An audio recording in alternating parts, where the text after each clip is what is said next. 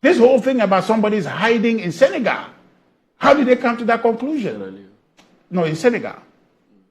How did they come to that conclusion? How did they come to the conclusion? That the man is hiding. So I, sitting here, cannot go anywhere that I want. If it has to do with my business, it has to do with my life to explore and go to places. Then Dr. Dominic Ayine will say, because I'm not in the country and I moved from South Africa to Senegal, I'm hiding. Why is that? Why is that a reasonable thing to say and to suppose about somebody? A free citizen. We must not forget that the power they are exercising is not theirs, it's ours. The abuse is becoming too flagrant.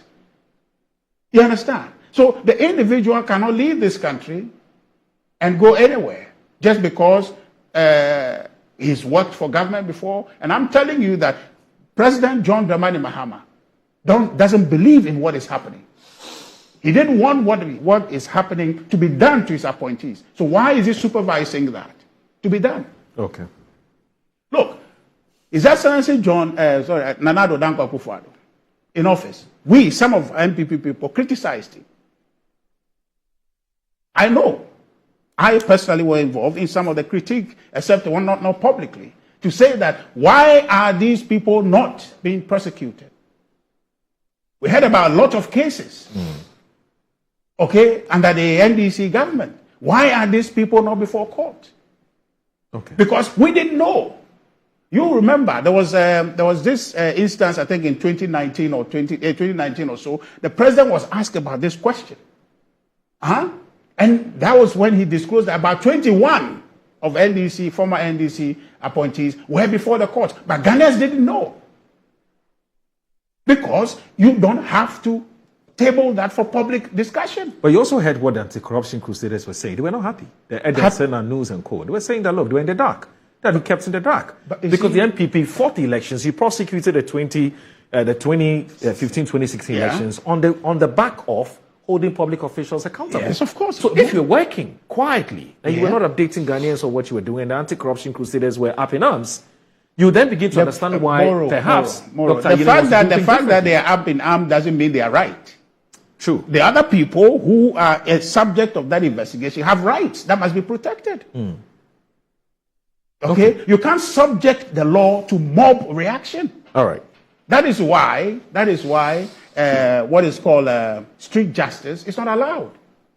Because that's a mob mentality. That's a group thing.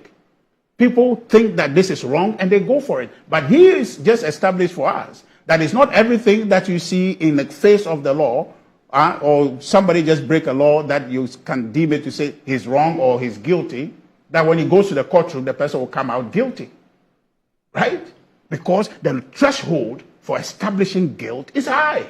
Okay. You must go to that conversation with evidence. Which evidence, your evidence may seem convincing to you, but it has to be evaluated by a judge. Okay. Independently. Okay. To establish whether or not the claim of guilt against the individual is just or not. Nilante van der Poy says hello. Good morning to him. The former MP for the He Good said I morning should to say you. hello to you. Good And that you're doing a good job. Except that he disagrees with you. Well, that's okay. He's my senior brother. Okay, so I'll defer to him on certain matters. Okay. But on this one, you will not. On this one, you will not. His attorney general. He's on his own. His attorney general is wrong. So the Honorable Nilante van der Poy says, good morning, Moro. Please, respectfully, ask Richard Ahiagbah whether he saw the AG of New York continually address the media and public on the investigations of Donald Trump? Did he watch the AG of New Jersey brief the public on the investigation and charging of the New Jersey senator?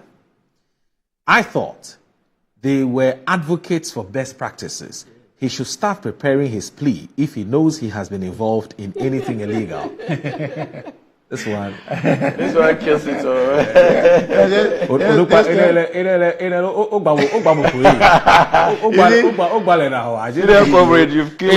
but it says, please tell Richard Ahiagbah that his facts on the Saglemi affordable housing are inaccurate. Very go back and read more on the Saglemi housing issue. But where is he wrong? Do we have more than? Do we have 5,000 houses there? Okay. Are the houses habitable? No, Moro. What is that? No, Do we have a second one. So did he provide the evidence? I want to. You cannot just say that and run away.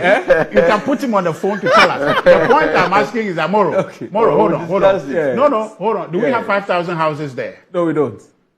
How much money was spent? No, let's not get into it. In fact, the subject matter for today is not about Sagleme. That's why I didn't want to interrogate what you're saying. No, but the point is not. It's not about Sagleme. What I am saying is that you spend 200 million, delivered zero. Yes. Zero. Yes, of course. Can you live at Sagleme? Have you been there before? You have to. You cannot put. A lot of the fixtures and fittings have been taken away. No, Master. Yes. You can't sleep there. Almost. But Richard, that's not zero. That's not zero. Moro, that's not zero. Can you sleep in an uncompleted house? There's nobody is there, is what I'm telling you. Yeah, but that doesn't mean it's zero. Anyway, if the house is completed and we are building it for people to be able to live in there, and there are people still sleeping on the streets, we're still complaining about housing deficit, and people are not sleeping there when we have spent 200 million, and you are telling me that's not zero? That's not zero. What is that? Richard, that's not zero. Oh, stop the politics. There's infrastructure there. So it's not been put to use because it's not ready, but it doesn't make it zero. So how many years now? Well, you were in power for 80 years. No, I'm saying that when they have squandered the money and delivered 1,500 shells, where are you going to find the additional money to complete it? So you couldn't have raised who squandered the money. Wait, the person who squandered the money, he's dispensed with the money. How are you going to complete the thing when they have? Wasn't it rather a matter of priority? And instead of you not being able to raise. Anyway, let me just do this. Moro, don't be confusing the matter. Just because my senior brother says so, don't be misled. The point is that the money was squandered. When they assessed the value of what is on the ground, it was estimated to be about some 64 million or so. Yes. But they said they spent 196 million on that. And I'm saying that you're trying to tell me that's not financial loss to the state? But that's what I'm talking about. That one, Attorney General Dominic Ayine, doctor, is willing to let that man walk. Okay. And then he comes here to tell us that $7 million is such a loss to the state, so much that the individual's civil rights, human rights, would be abused with impunity. Good morning, Mr. Moro. What the Attorney General did yesterday by going public with the information about the prosecution yet to take place can be considered as an abuse of power and a violation of the rights of Ahiagbah. The Attorney General's statements can undermine the fundamental principles of presumption of innocence, which is a cornerstone of the justice system. If the Attorney General's statement is motivated by political considerations, it can be seen as abuse of power. Mr. Ahiagbah may file a civil lawsuit against the Attorney General for damages. So that's from Mark Kojo Puafo, United States of America. You know, he's a regular viewer of the show.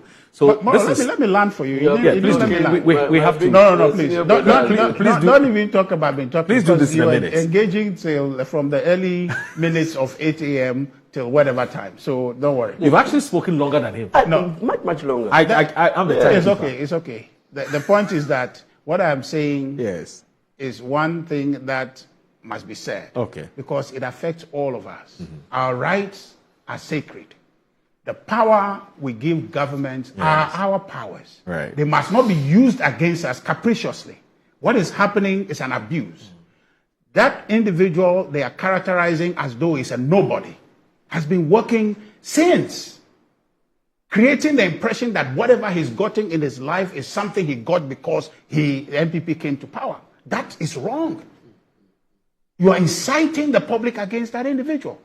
By the way, the evidence that Dr. Ayine has on which strength he's concluding that way, that every property was reading about the individual, okay, which is for me is reckless to do that, is evidence that only he has evaluated. Okay.